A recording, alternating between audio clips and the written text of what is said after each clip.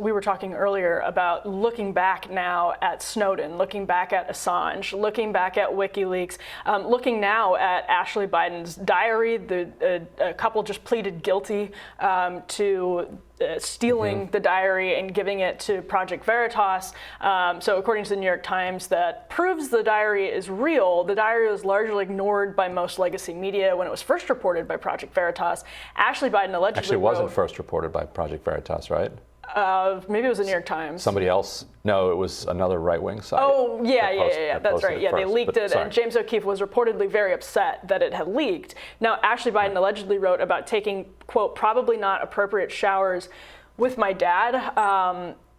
Listen, like, the point of bringing this up in the context of the Zuckerberg conversation is that if you want to go for a French model, there is no clear way to know whether any of this is Russian disinformation. The intelligence community signed this letter where you had all of these high-profile, in many cases, liars saying the laptop looks like Russian disinformation.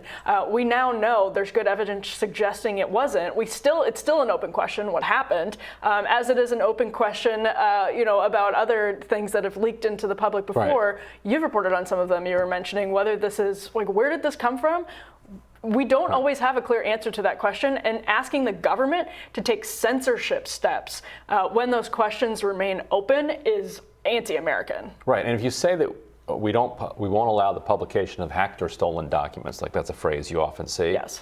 Pentagon Papers were stolen. Yeah.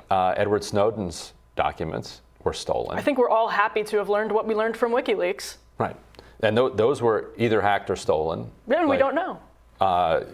Pretty sure. Well, yeah, it was the phishing email, right? It was the. Right. We don't know. The thing is, the origins of it are not clear enough that we can make a completely definitive judgment it's hacked, and say censor. Right. Yeah. And then if you give that power over to a handful of entities that don't want, say, the Snowden documents out, then they can say these are stolen documents. Yeah, exactly. And they're already weaponizing that nonsense. We saw it happen with the Biden laptop. And that's another part of this conversation about the credibility of the Department of Justice and the FBI. It doesn't just apply to the Mar-a-Lago raid. This is the credibility that comes up, and you have people who are working on the raid, who were working on the Russia collusion narrative.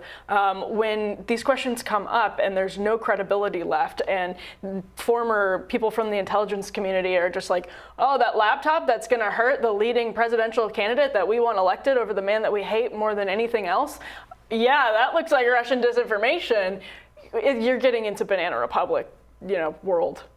Right, and then you haven't even gotten to the question of actual fake news. Right. Like Trump appropriated the term fake news from actual fake news. The real fake news stories. Like there was Romanian companies and Estonian companies, Macedonian companies where you have kids. Some of them were like teenagers. Yeah. And there was one that was made to look like ABC News. Yeah, like Elvis still alive, found in North Carolina. And like 70th murder victim of Hillary Clinton found, and then they put those on Facebook and they spread, and they were just making money off it. They weren't even trying. A lot of those were not even about trying to monkey with the election.